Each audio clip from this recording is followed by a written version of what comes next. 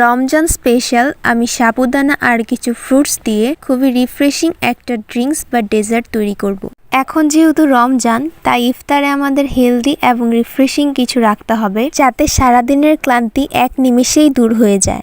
আসসালামু আলাইকুম everyone, welcome back to my channel. সবাইকে রমাদান মুবারক। এই ডেজার্টটি যেমন টেস্টি তেমনই আবার রিফ্রেশিং এবং হেলদিও। আজকের এই রেসিপি আমি খুবই সহজভাবে শেয়ার করার চেষ্টা করেছি। আশা করছি আপনাদের সবার কাছে খুবই ভালো লাগবে।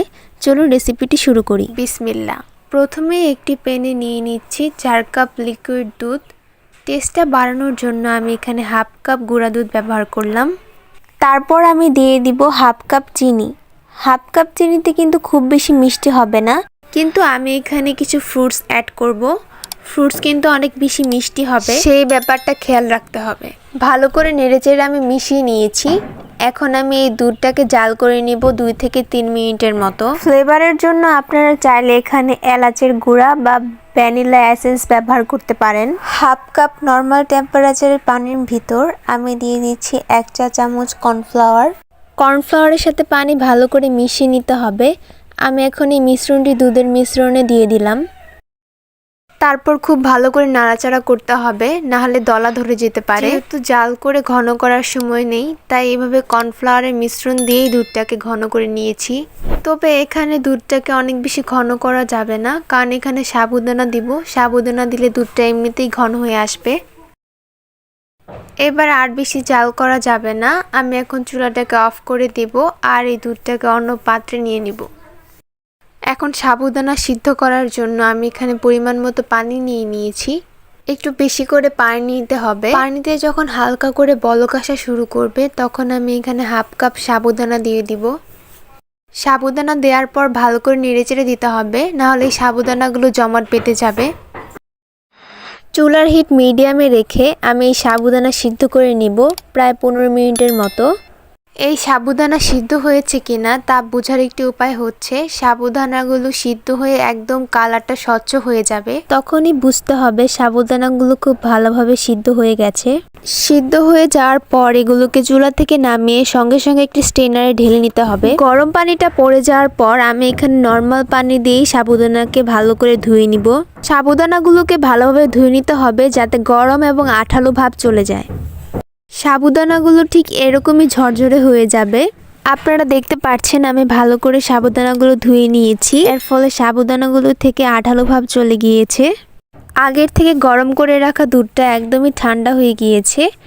এবার আমি এখানে ধুয়ে রাখা সাবুদানাগুলো ঢেলে দিব। দুধের সাথে সাবুদানাগুলোকে খুব ভালোভাবে মিশিয়ে নিতে হবে। ফ্রুটস অ্যাড করার আগে এখনই কিন্তু সাবুদানাগুলোকে অনেক টেস্টি মনে হচ্ছে। দুধ আর সাবুদানাগুলোকে আমি খুব ভালোভাবে মিশিয়ে নিয়েছি। এবার এখানে ফ্রুটসগুলো অ্যাড করব। আপনি আপনার পছন্দ মতো মিষ্টি জাতীয় সব ফ্রুটস অ্যাড করতে পারবেন। আমি এখানে ফার্স্টে কয়েকটা আঙ্গুর, কালো আঙ্গুর এবং সাদা আঙ্গুর কুচি কুচি করে কেটে দিয়ে দিয়েছি। তারপরে দিয়ে দিচ্ছি আপেল কুচি।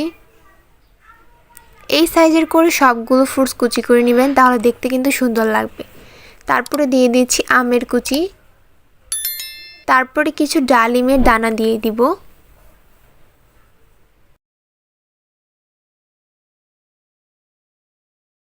এরপর এখানে দিয়ে দিচ্ছি 2 টেবিল চামচ কাঠবাদাম কুচি আর 1 টেবিল চামচ পেস্তা বাদাম কুচি। তারপর একটি কলা আমি এই সাইজে কিউব করে কেটে দিয়ে দিব। চাইলে আপনারা কিছু ড্রাই ফ্রুটসও অ্যাড করতে পারেন। আর ফ্রুটসগুলোতে আপনারা অবশ্যই আপনাদের পছন্দ মতো অ্যাড করবেন, কিন্তু খেয়াল রাখবেন ফ্রুটসগুলো যেন মিষ্টি হয়। কলাটা দিয়ে দেওয়া হয়ে গেলে আমি এখন সবগুলো ফ্রুটসকে খুব ভালোভাবে মিশিয়ে নিব। এই ডেজার্টটা কিন্তু ঠান্ডা ঠান্ডা সার্ভ করবেন।